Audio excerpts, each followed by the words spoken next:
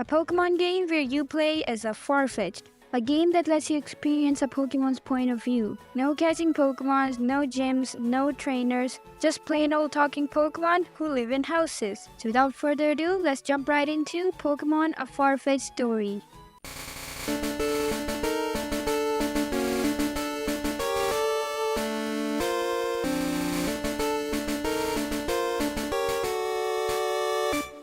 The game starts off with us, a Farfetch'd named Farley. We live in a village which is isolated from the outside world. We enjoy our solitude, play video games, it's the perfect life. This guy kinda sounds like me in real life. We have this annoying neighbor named Pharaoh. He forces us to go along with him on a little trip to a nearby beach. We reluctantly agree, because otherwise he wouldn't leave us alone. And so we fly off. After a 30-minute flight, suddenly it starts to rain and we get lost in the storm. So this was basically the prologue. We end up in a forest with no idea where Pharaoh is. And I guess I am now lost. Pharaoh, you son of a bush. If I see you again, I will eat your leg. I promise. Cherry on top, our leg is injured very badly, so now we cannot run. Fantastic. Alright, so I'm a level 15 Farfetch'd. What moves are we having? Peck, Leer, Fury Cutter, Rock Smash. Alright, I swear the birds chirping in the background is so similar to the ones in Stardew Valley. Or maybe I'm wrong, I don't know. Hey, can you encounter wild Pokemon? I will take that as a no. So this makes it pretty clear that you cannot catch Pokemon in this game. Since we cannot jump, we become a little creative. We can now make planks from trees. I like how the tree is this small and the plank is this big. Nice. Whoa, people! This land has life. Oh, it's a Zigzagoon. Why are you attacking me? What did I do to you? Oh hey, a tent. Okay, we have a nice bed. Can we sleep? Nice. So it's basically an equivalent of a Pokemon Center. Oh, a super potion. Am I allowed to straight up steal someone's super potion? Just boring. Okay, we can call it that. I know, I play a lot of Stardew Valley, but trust me, I am not hearing things. When you chop these trees, it's the same sound you get from Stardew. Maybe the developer of this game used the sound effect from Stardew, or am I just hearing things? Oh hey, a Bidoof! Die! Fast forward, you take down an Azurill, steal some Pekka berries, and stumble upon a Rockruff who is being bullied by a Phantom and a Trubbish. We help the Rockruff in a battle against them, and a thing I found very ironic here is that the Rockruff takes out both of them by himself, though technically we are the ones who are helping him. We help the doggy, and turns out he was fighting for a rock. Now they're minerals! Jesus, Marie! Since he knows the nearest town from here, he tags along with us to show us the way ahead. Rocky the Rockruff has joined our party. We can also switch between our party members by pressing Q. We can also play as Rocky now. I love this game. Because of our broken leg, we cannot jump. But guess what? Who can jump? That's right. This is very addicting. I should move on.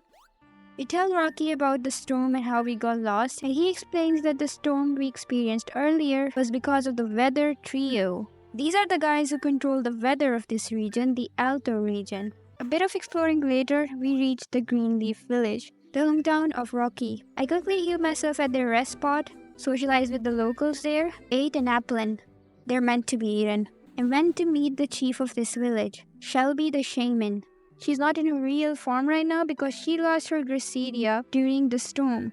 That is why she's very tiny. She has a special ability to heal, so she heals our broken leg and now we can run. Epic.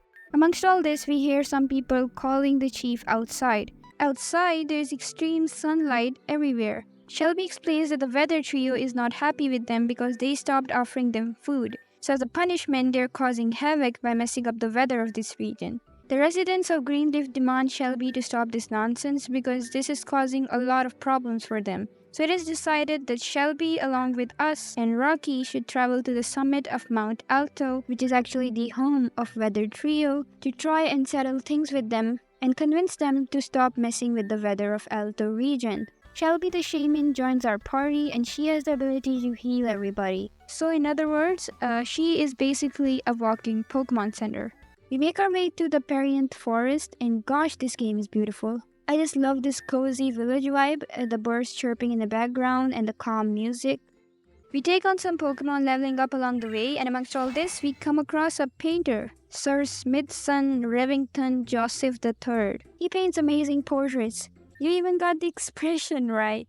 True. I agree, Rocky. For once, I agree with you. Smith, you're an amazing painter. Don't let them tell you otherwise, okay? Okay, let's move on. Let's not just get distracted here. We were traveling for quite some time now, and since it's getting dark, we decide to set up a camp and call it a day. The next day. Continuing on our journey, we stumble upon Trubbish, the same guy from earlier. He desperately asks for our help that his father is very sick, and only Shelby can fix him. Because Shelby is the chief of the village, she has to help them as a part of her duty. Trent the Garbage joins our party. He says that his house is in the Mudsunk Cave, but first we need to pass through the Drizzle Cave. Love the blue color scheme.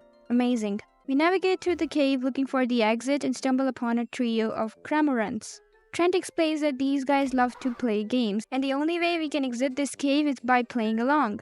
I guess we have no other choice then. We have to play 3 mini games. The first one is Synchronize. It has 2 levels, each having a tile puzzle for us to solve. It did take me a while to figure them out, but eventually we did it. Minigame number 2 is Keen Eyes. It has 3 levels. We have to memorize every detail we see in a scenario, and then we have to answer 3 questions related to that scenario. If we answer incorrectly, this guy will steal our money. Very nice. The first one was pretty easy. 5 stone, 3 stumps, and a blue starfish. For the second one, we needed to remember that Fred likes orange berries, Julie likes burgers, and Mark the shiny guy likes pizza. I didn't quite pay attention to the direction they were facing, but still I knew their names, so it was not that big of a problem. The last level had a lot of things, so here is what we need to remember. 2 starfish, 3 stumps, 4 clams, 3 stone, 6 grass, 2 plants, 4 footprints, 2 signs having 3 digits and 1 sign having 5 digits. And we answered every question correctly.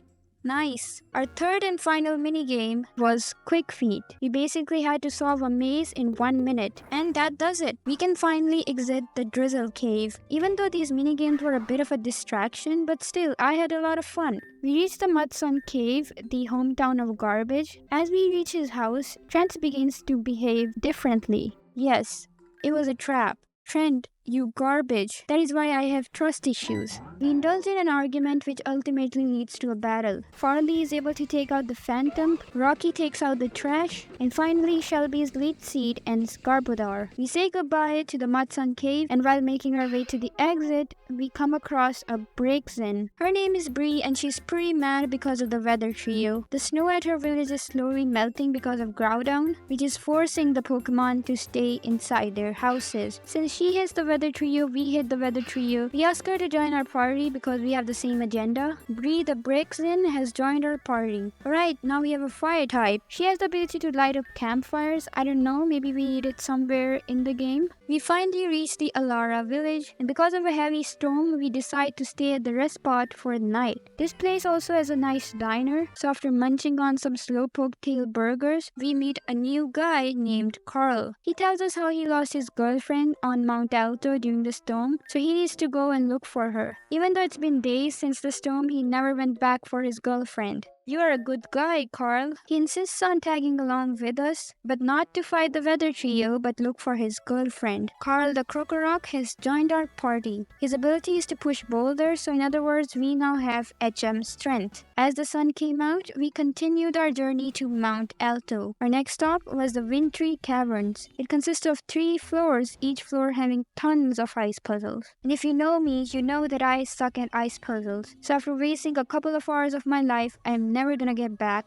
We make it to the last floor, but we accidentally step on broken ice and fall down into a pit. Turns out we fall in a Dragonite's den, and boy, he is mad. We try to negotiate, but it doesn't work. So we ultimately resort to violence, and it's a 5-on-5 double battle. Bree takes out Arctozolt by a flame charge. We switch up into Shelby. Rocky rock slides the hell out of Dracovish. Dragonite uses Thunder on Rocky, so we switch up into Farley, and that's it. Why is everyone eager to fight me? I'm just a harmless Farfetch'd who is desperately looking forward to go to his home and play video games. Sheesh, why am I even doing this? We exit the Wintree Caverns and reach the Wolfgarde Village. This is Bree's hometown, and the chief of this village is Bree's adoptive father, Zephyr. He tried to fight the weather trio all by himself, but it did not end well. We request him to join us as we need all the help we can get. Alright, this means we have a complete party of 6 Pokemon. Let's go! Afterwards, we advance towards the Mount Alto's summit. Hey, instant thought. Where the hell is Pharaoh? We haven't heard from him. Is he dead or something? He's the reason I'm doing all of this.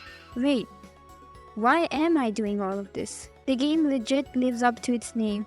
Afterwards, we explore around a little bit and finally find Shelby's Gracidia. As soon as she wears it, you can see the change in her personality. Shelby's sky form has been activated. Also, just then, Carl's girlfriend, Chrissy, shows up and she is pretty mad with Carl.